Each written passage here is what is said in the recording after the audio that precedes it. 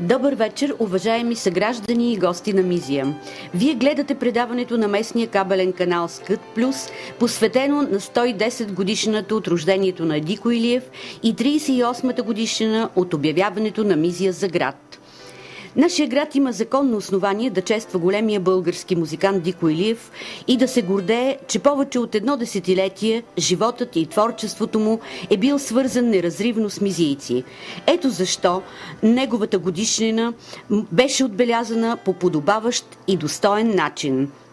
По инициатива на клуб Северно сияние на гроба на любимата му дъщеря Александрия, преди обяд на 15 февруари беше отслужена панихида от отец Стефан и положени венци и цветя от общината, клуба и граждани. Слава Отцу и Сину и Святому Духу, и нине и присно и во веки веков. Презирая яко благ, прегрешения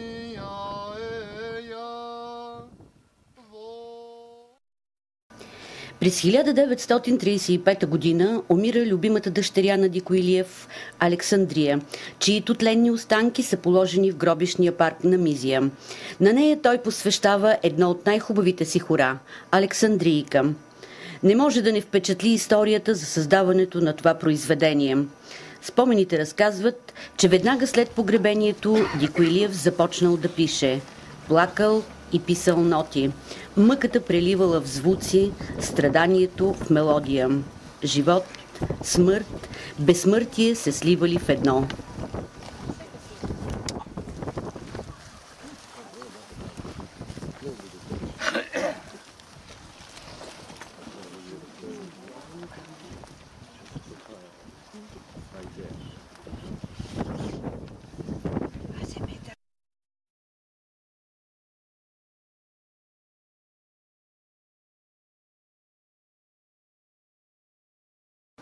Най-младото поколение на Мизия също отдаде почет на Дико Илиев. Пред сградата на бившето читалище, сега физкултурен салон на училище Цанко Церковски, на улица Дико Илиев се събраха учениците, за да чуят и научат повече за самобитния музикант и композитор.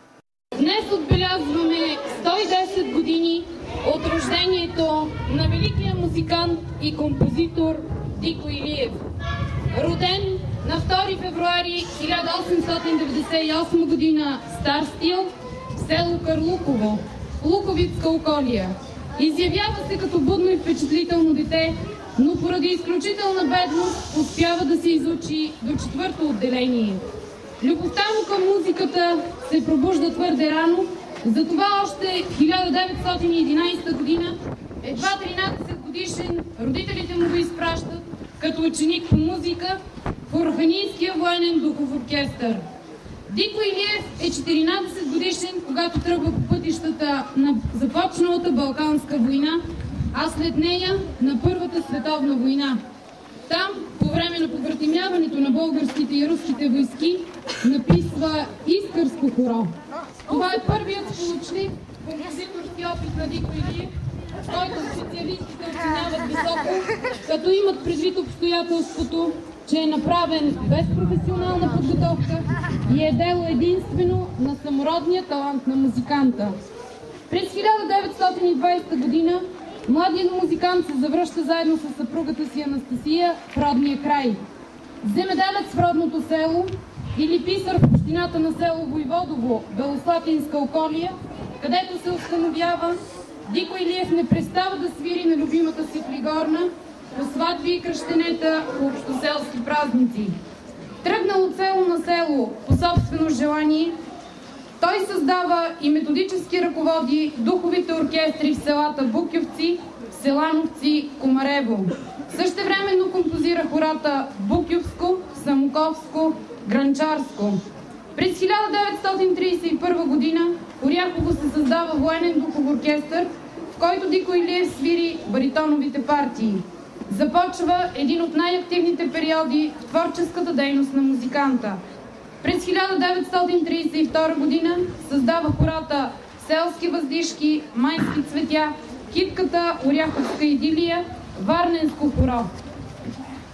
От 1936 до 1938 година Дико Илиев е баритонист в Софийския военен оркестър. Следват години на плодотворна творческа дейност, в които композиторът написва Оряховски юнак, Дайчово хоро, китката Жатварски песни, правото хоро Александрийка, Добруджанското право хоро. През 1947 година Дико Илиев е удостоен с офицерското звание и е назначен от Министерството на народната отбрана за диригент на военния оркестър в Оряхово. Започва усилена концертна дейност за военния диригент. С военния оркестър, с духовите оркестри, създадени и ръководени от него в околните села. В началото на 50-те години създава и безсмъртното Дунавско хоро, останало в нашата музикална съкровищница като истински хороводен химн. За огромния принос в развитието на българската музикална култура Дико Илиев е високо оценен. Заедно с народното призвание, за него най-голямата награда, Министерския съвет на Република България го удостоява с високото държавно отличие заслужил деятел на културата. Отличие, достойно за безсмъртното му дело.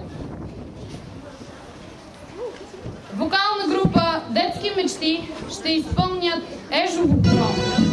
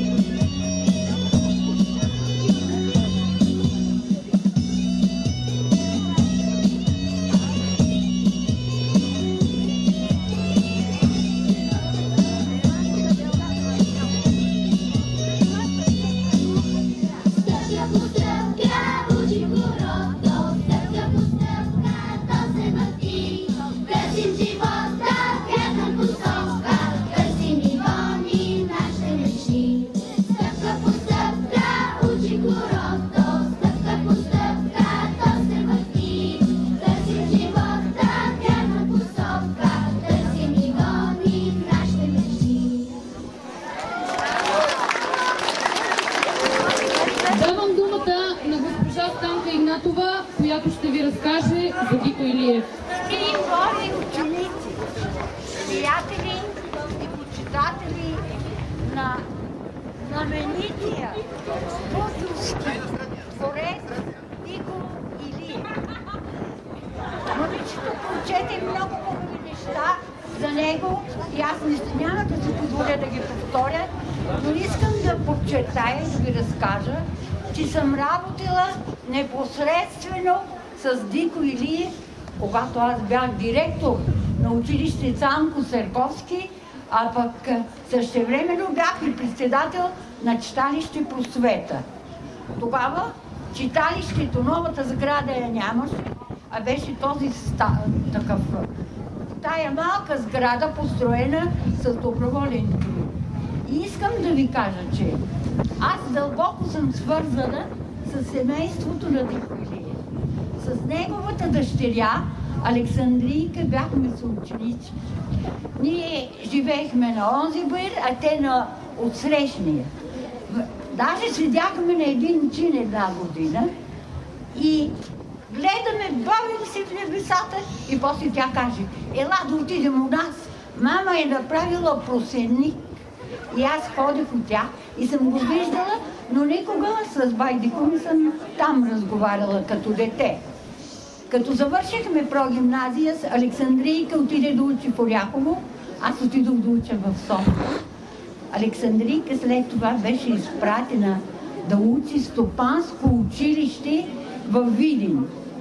И ние се разделихме с нея. Аз не зная коя е причината, но тя е починала там като ученичка в Видинската гимназия. А след това аз станах директор на училището и като председател на читалището, ето момичето, което говори, каза неговата автобиография, ви каза, че той е водил много духови оркестри в региона на Оряховска околия. Ние бяхме купили нова духова музика за читалище Просвета. И естествено, че трябваше да потърсим този голям музикален хороводен талант да ни помогне за подготовката на нашата музика. Нямаше къде да се правят репетиции, защото в читалището не беше възможно. Нямаше новата сграда, ви казах, и той идваше всяка сряда да прави репетиции с духовата музика в пристройката към училище Кирил и Методий. А аз дълбоко го обичах и уважавах. Той беше много вежлив с учителите, с всички хора, които се занимаваха с културата на Мизия. И всички бучовчани го обичаха от сърце и го тачаха. Тук той започна на този площад с първото си хоро, което е изработил, да свири под една круша и геран. Събираше се цялото сълце, за да играе неговите хора. И той се възхищаваше и душата му се пълнеше с щастие. Наред с духовата музика, ние купихме фанфарна музика за училище. Къде е сега, не знам. Но при фанфарната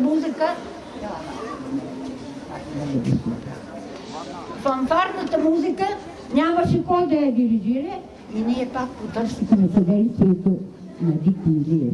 Той от все сърце се отзова и в продължение на 3 месеца я подготви, за да може музиката да участва на празника, когато се обяви село Бутовци за... като се обяви за град. Музиката беше великолепно подготвена и на празничния ден Байдико Илиев, заедно с малките музиканти, поведе колоната, която празнуваше в Бутовци. Наред с това той ръководеше в училището акордеонен състав. Нямаше къде, тук в пристройката на читалището го ръководеше. Той беше толкова всеотдаен, толкова чаровен. Тогава всяко дете имаше лихичка с цветя, всеки клас. И аз некога му казах, да ми харесват цветята. Той идва на репетиция и носи цяла кошничка с цветя. Беше всеотдаен, красив и истински такъв чаровен жител на село Бутовци. И то не трябва да го забравя, аз даже ревнувам Оряхово, че толкова се гордее с него, а ние трябва да се гордеем. И децата на Бутовци не бива да забравят, че този български голям хоровод творец е творил и работил в село Бутовци, във вашето училище. И толкова беше галявен с децата. Някои, които нямаха акордеони, го молеха, взимаха назаем, но имаше и акордеонен състав. И неговия акордеонен състав излизаше на празненствата.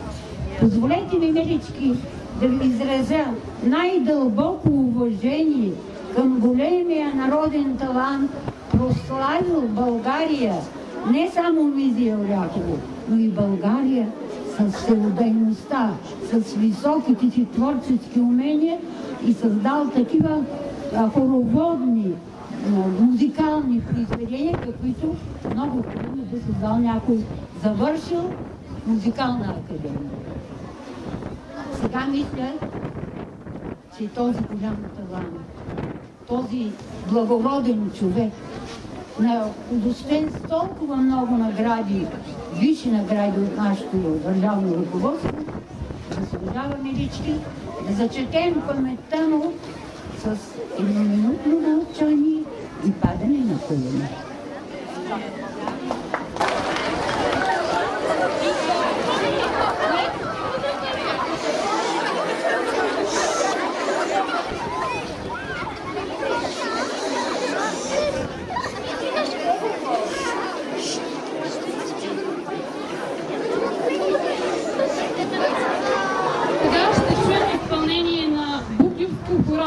От Иван Пелов, който е ученик на Дико Илиев.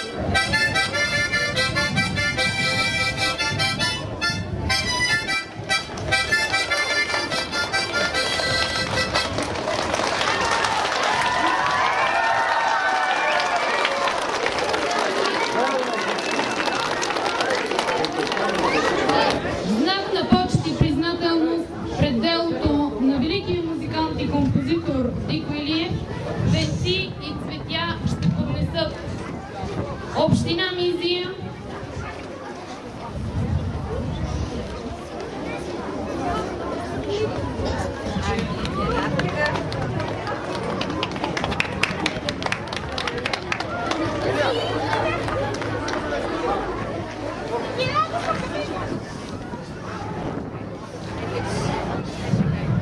клуб на пенсионера Здравец, град Мизия,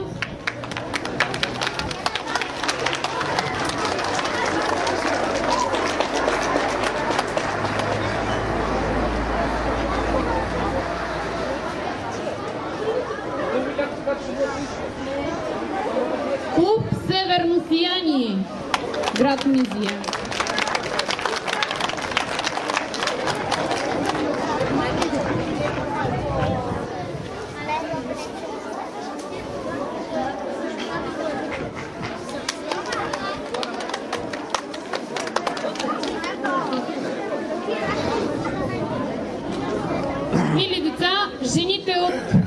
северно сияние са приготвили и една питка, която ще раздадат на всички вас.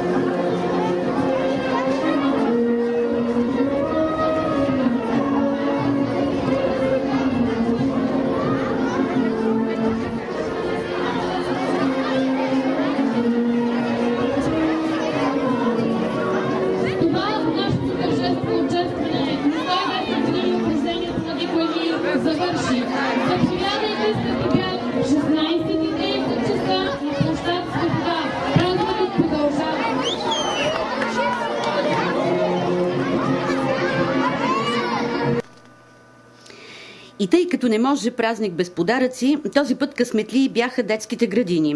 В 15:30 часа кметът на община Мизия, доктор Виолин Крушовенски, и главният специалист на отдел образование Цецка Дамянова връчиха на директорките на всичките 5 детски градини от общината по една компютърна конфигурация, дарение от Комисията по енергийно и водно регулиране, и им обещаха в близките дни и по един принтер подарък от общината. Те всички го знаят, но се радвам, че съм успяла да постигна един добър колектив и съм горда с всички педагози в общината, че поддържаме така добри взаимоотношения и се налагаме все повече като институции и обществото разбира нашето място, което напоследък беше позабравена учителската професия. Затова винаги аз ви призовавам, включвайте се в обществения живот.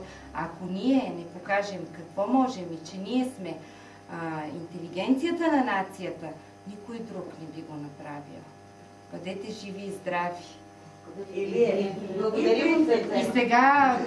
Главният счетоводител сега ще ви подари по един принтер.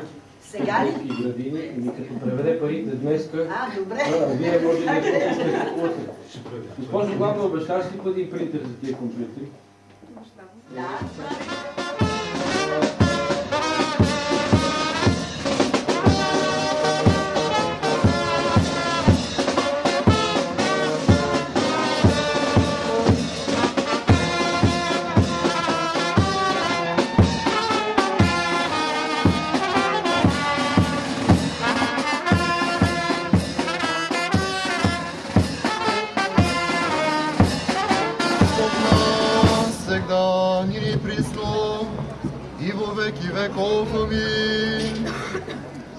С водосвет, услужен от отец Стефан за здравето и благоденствието на мизийци, започна двойният празник на града на централния площад Свобода. Слово за живота и творчеството на Дико Илиев прочете секретаря на читалище Просвета 1915 година Марияна Ангелова. Съграждани и гости от цялата община, добре дошли на днешния празник. Всички заедно да подкрепим родолюбивата инициатива на областния управител доктор Антонио Георгиев, на доктор Виолин Крушовенски, кмет на община Мизия, на клуб Северно сияние и читалищата в Мизия и Софрониево. Заедно да изиграем най-дългото, най-голямото и най-българското хоро в прослава на неговия създател, композитора Дико Илиев. Днес, 15 февруари 2008 година, се навършват 110 години от рождението на самобитния музикант и композитор Дико Илиев. Ако за България той е преди всичко чародеят на българските хора и ръченици, то са хората от нашия град е и някогашния съселянин Бай Дико. Почти 11 години от творческия път на Дико Илиев са неразривно свързани с бутювци, защото освен хората, написани на наша земя, той е създател и на известната по това време бутювска духова музика. Намерил радушен прием в Бутювци, общината го оземлява с 25 декара земя и върви Дико след работа, а от душата му извира музика. Тук той композира хората Еленино, Гранчарство, Самковско и Дайчово. За много кратък срок той успява да подготви тогавашните музиканти.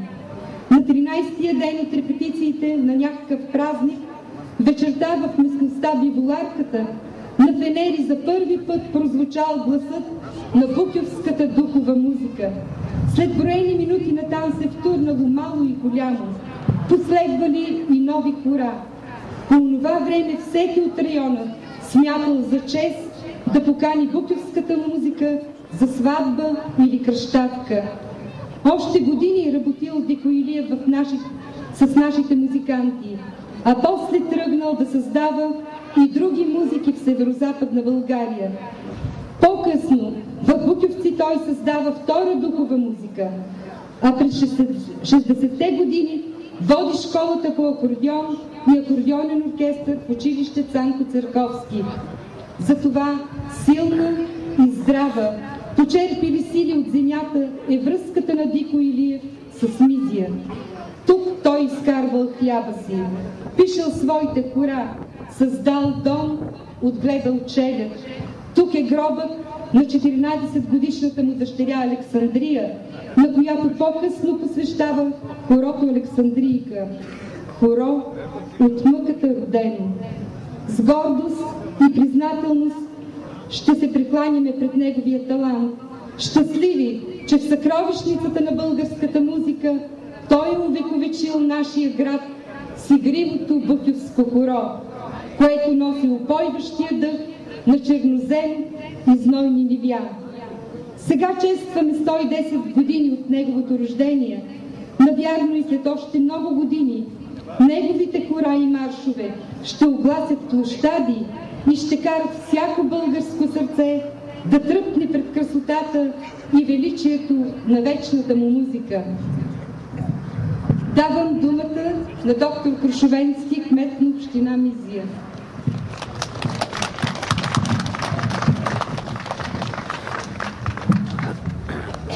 Скъпи съграждани, драги гости на Мизия, всички вие, които зачетахте този изключителен ден и този изключителен празник.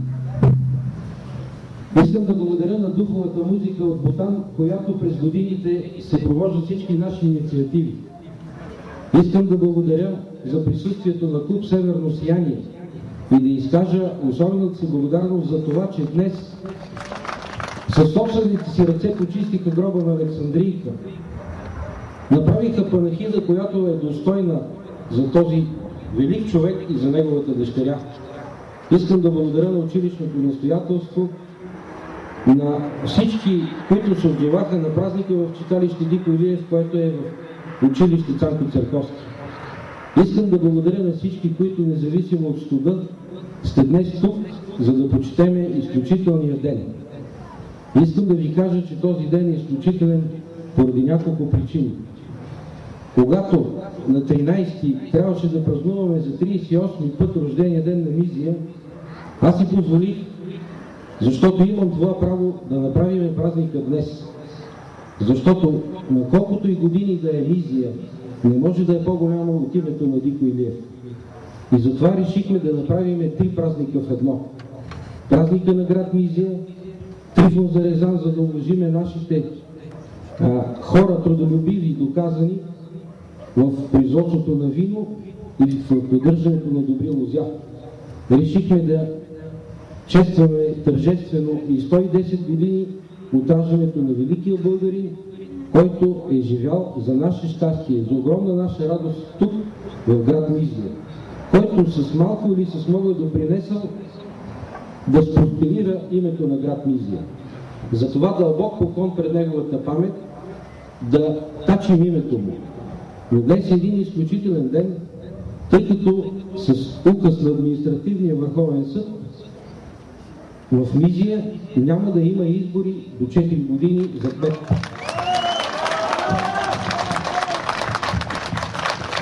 Позволявам си, тъй като е публична тайна, да прочита решението на Върховен административен съд. Решение 1796 от 15.2.2008 година в името на народа.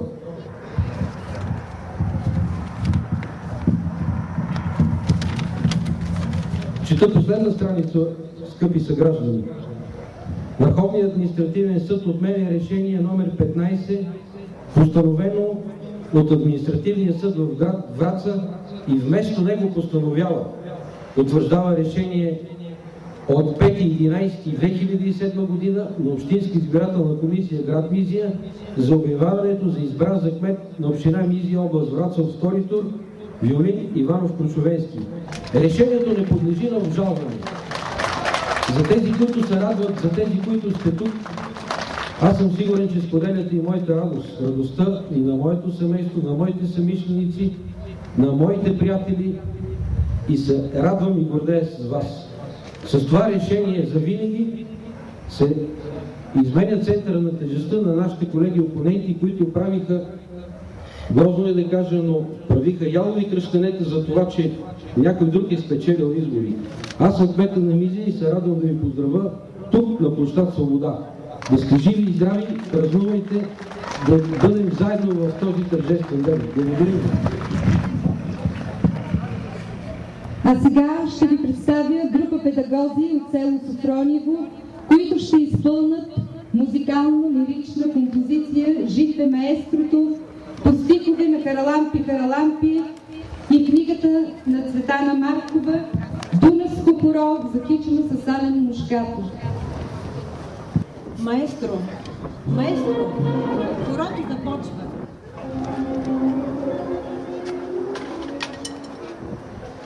Маестро, маестро, хорото започва. По Дунав пътува голяма луна. Невръстните пръсти зазвути родени събират от хляба, троха по троха.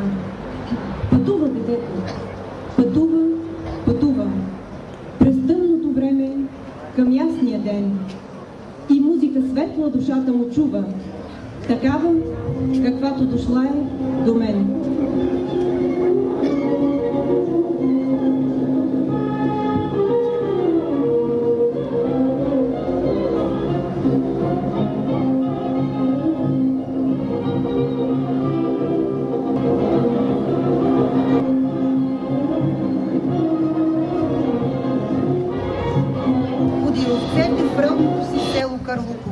А спрели върбови свирки дяла, надуе един път, свирката свири, надуе втори път, още по-хубаво свири. Свири малкият дико така, че дори в училищния салон замирисва на билки и хлопки звънливи. Денем свири дико със своята свирка, а нощем сънува една лъскава флигорна. Люта жалба ляга на душата му и решава, ще стане музикантски ученик в Урхание. В чужди град е всичко чуждо. Хлябът, виното, нощта. Даже пролетните ружи пак са чуждите цветя. Само музиката мъжка самотата ще спаси. Ден като всички други дни в казармата, някой е написал ноти на черната дъска. Момчетата мълчат пред строгия поглед на капелмайстора. Тогава става дико. Аз написах нотите. Пише дико. Та навика си и нанася нотите по петолинието, а капелмайсторът следи всяко негово движение. После го хваща за ухото и отсича. Ето този дребосък, дошъл направо от стадото овце, ще стане музикант. Има си талант, момчето. Маестро, маестро, хорото започва. По Дунав пътува голяма луна, невръстните пръсти за звуци родени събират от хляба троха по троха. Октомври 1912 година започва Балканската война. Вървят по пътищата на войната мъжете, а с тях и той, 14-годишният Дико от 16-ти ловченски полк. Върви духовият оркестър към Чаталжа и Люле Бургас. После идва Първата световна. Скрит в окопите на Съветския фронт Дико пише ноти, съчинява музика, а при вечер, когато боят затихва, изведнъж гръмва хоро. Свири полковия духов оркестър, свири искърско хоро.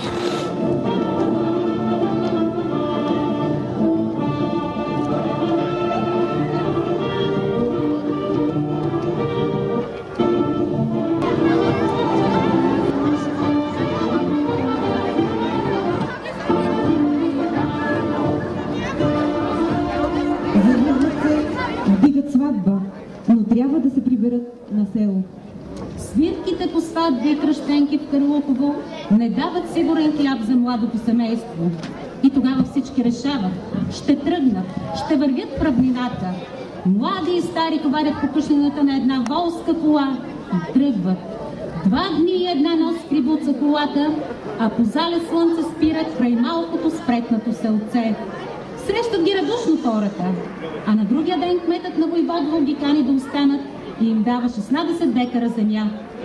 Но във Войводово Дико остава само 1 година. Научили, че е музикант, го канят в Букювци. Щедър бил кметът, дал му 25 декара земя. Свил Дико гнездо, вдигнал къща, народила се челят. Върви Дико подир ралото, но мисълта му лети към музиката.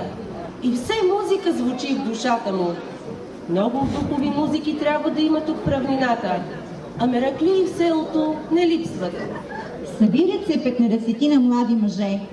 Кметската управа купува на изплащане инструменти от Бърно и репетициите започват.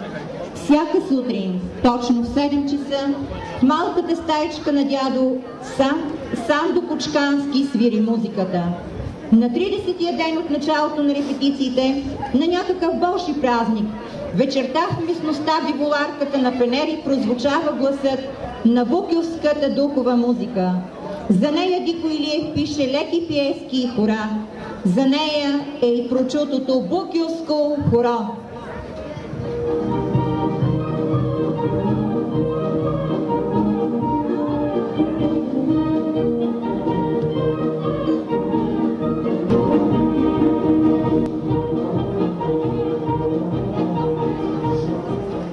Ще минат още няколко години и Дико ще създаде в Букювци още една музика. И двете музики свирят хубаво, по негов тертип. И нови хора композирал майсторото за тях. Гранчарско, Самоковско, Еленино. Веднъж музиката свирала на Мегдана в Букювци. Моми и момци са били хванали на хорото. Край него минал цигани на Дайчо. Пратила го била циганката за дърва. Стои си тя вкъщи и чака. А Дайчо хвърлил наръча и се хванал на хорото. И играе Дайчо и удря скъсаната капа в земята. Дотичала разярената циганка и го потнала към къщи. Та за тази циганка композирал Дико хоро. Нарекал го Дайчово. Весело като душата на болния циганин. И се понесло по цялата Дунавска равнина. Засвирили го музикантите. Ето ги, струнено рукнали, цветно запалени, весело пукнали. Ето хората ни, мои и твои са. Хвърляй калпаците, хващай за пояса. Скачат задъхани, скачат забързани. Слава на времето, слава на майстора. Ритмите, живите, толкова стари са. Идат по жилите, идат по огъня.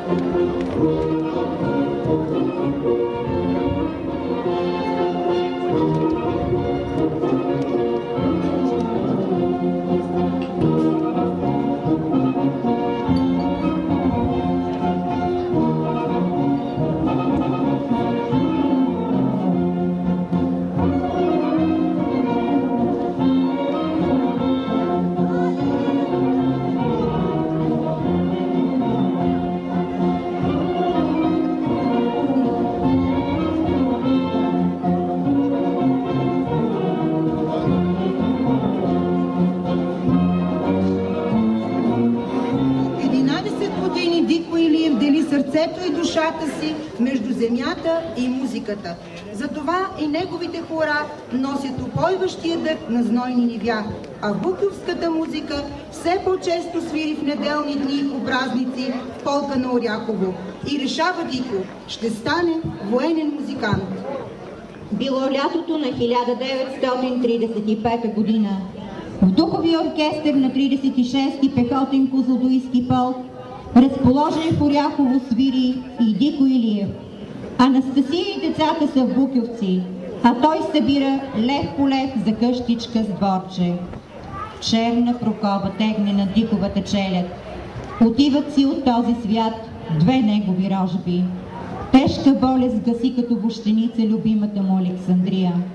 Черната земя поглъща веселият и смях. Пустош и мъка цари наоколо. Плаче дико, а от плача му извира музика, весела като момичето му. Звуци напират в душата му, нечувани. И пак пише дико, а сълзите му текат като градушка. Пише и плаче. После взема хармониката и свири. Хоро за чудо и приказ, от мъката родено. Толкова хубаво хоро, Александрийка.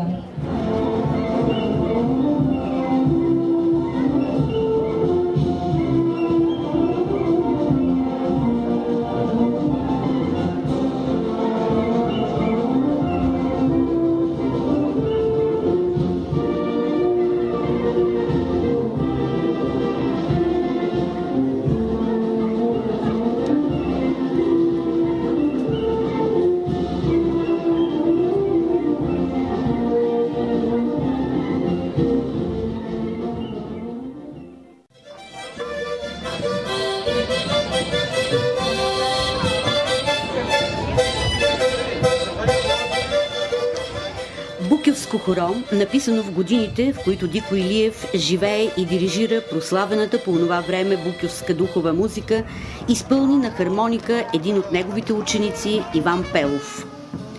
И като кулминация на празника дойде подетото от ботанската духова музика и танцори от Софрониево Дунавско хоро, в което се включи мало и голямо, за да подкрепи инициативата и го направи най-дългото, най-голямото и най-българското хоро.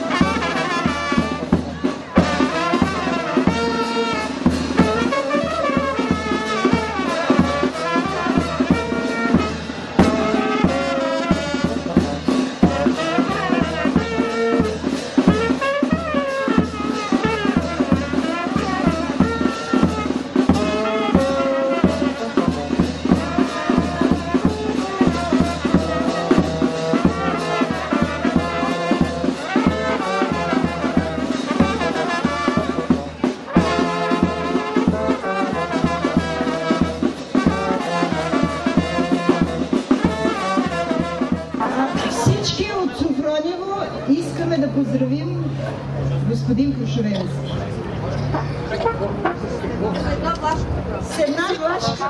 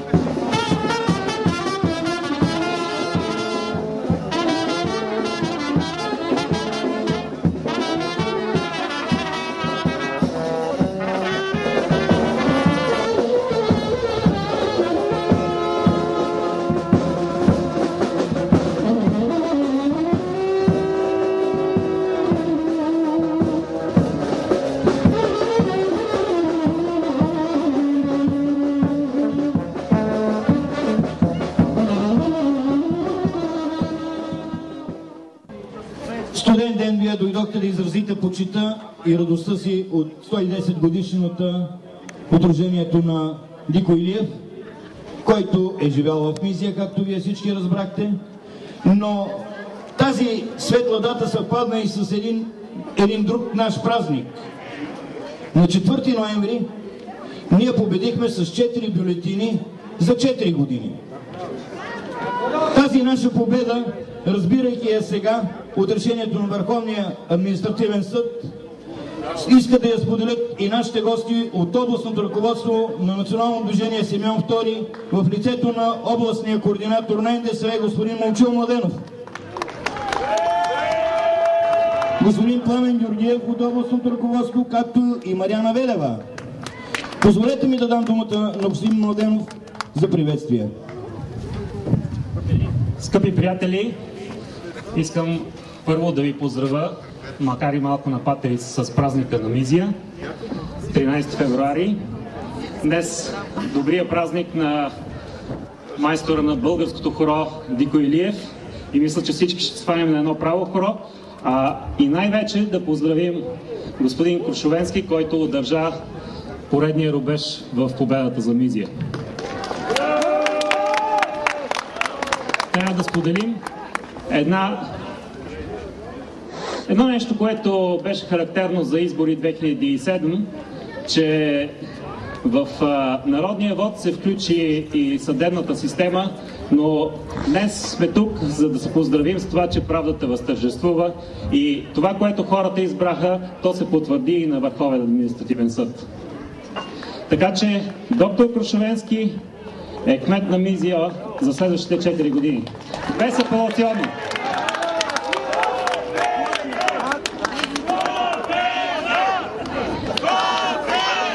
Искам само да ви кажа, че българските граждани по Конституция едно от основните им права е правото на добро управление. И аз вярвам, че доктор Крушовенски, както в последните 2 години, така и в този мандат до 2013 година, той това в Мизия ще го докаже. Вие ще имате правото, което ви е дадено по Конституция. Да имате кмет, който вие сте си го избрали.